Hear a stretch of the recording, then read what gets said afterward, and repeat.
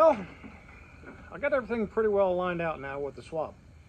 And it's been a lot of fun riding around with a bare motor sitting next to me. But to say it's like an oven in here probably isn't accurate. Actually, it is an oven in here. And if I hung some bratwurst up, they'd be done in about 10 miles. So it's time to start on the engine cover. So the plan is to keep the front and rear covers pieces and completely rebuild these side panels. The boxes are going to come up to about this level and continue on all the way to the corner of the back panel and come forward right where the radiator mount is at. So it doesn't make sense to try to reuse this much of the side panel. And this is the metal I'll be using for the panels. It's really thick stuff. I wanted 16, which is what I measured the floor metal at, and they said this is 14, but it's pretty thick 14. This is almost like plate steel, so it's way overkill, but that's just fine. I mean, it will be heavy and pretty hard to bend, but I do need it to be kind of strong because this leg, rear leg of both seats is going to fall right in the area of the box, so it's going to have to be strong enough to support the corner of that seat.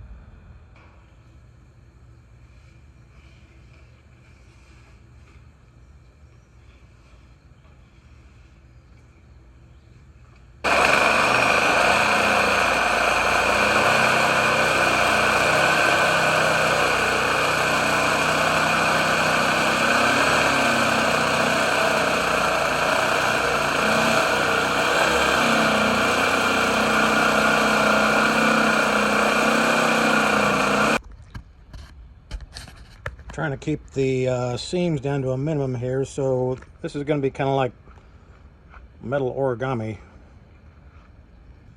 because I really want to try to recreate these smooth rounded corners on this instead of sharp welded angles.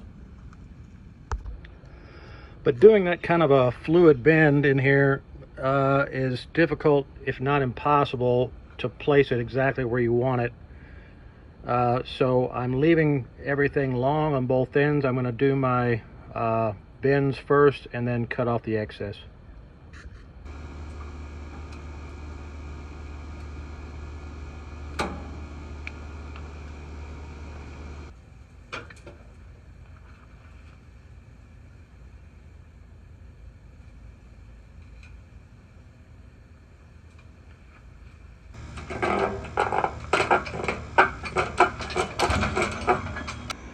And now that I have my bend, I can go ahead and lay out the proper distance for my second bend, which is going to be sharp 90.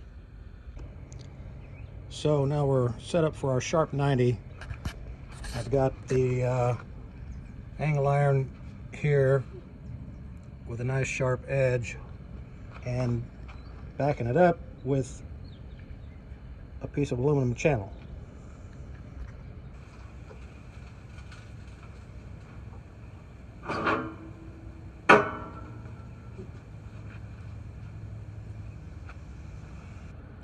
So I'm going to have to help it the rest of the way with a hammer, which is okay. It's going to leave a little ripple, but this is going to all get covered in foam insulation and probably vinyl.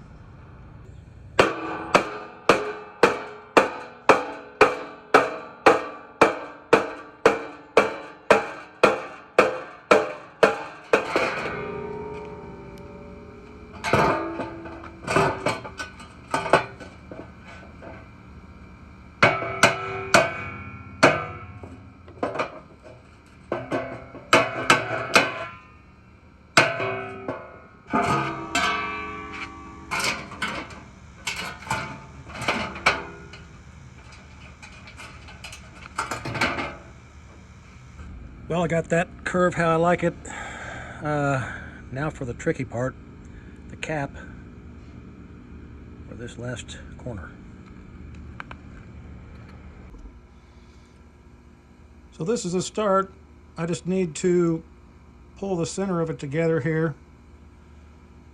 Trailer ball makes a pretty good anvil for round stuff.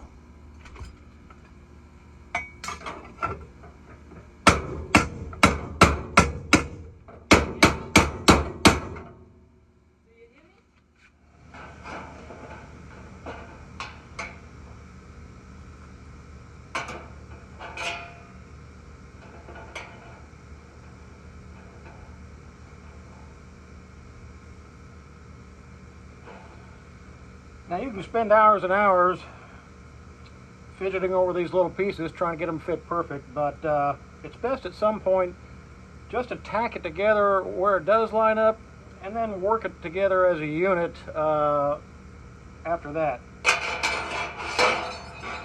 So here I am working on the ground like I've always done my whole life, and people give me flack for it. Well, why don't you put up a bench or a table or something? Wouldn't that be easier? Sure it would, but I've come to realize in my 60 years that working like this keeps me flexible, and I think that's one of the most important things about staying healthy. As long as you're flexible and you can still bend over and kneel and crouch on the ground and get up and down, it's just better for you. So it's like mechanical yoga.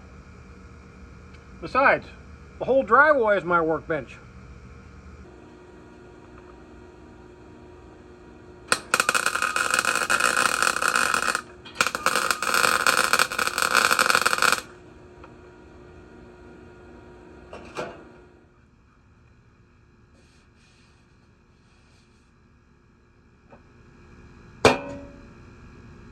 Kind of sounds like that first Iron Man movie.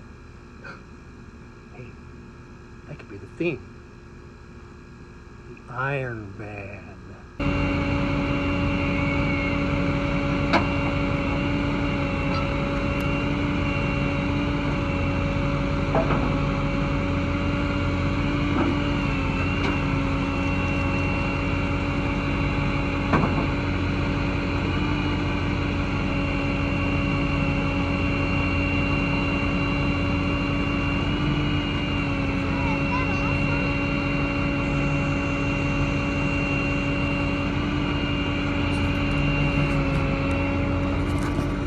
That's really just too easy.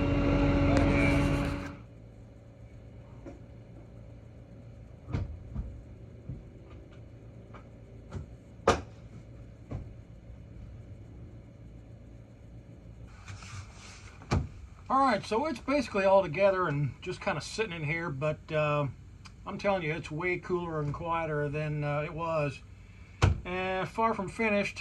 I still got to get the mounting flange done. I got some good ideas for that.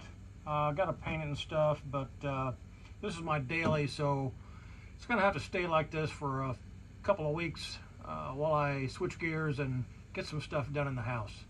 But I'll do part 2 when I get around to finishing it up. Until then, thanks for watching.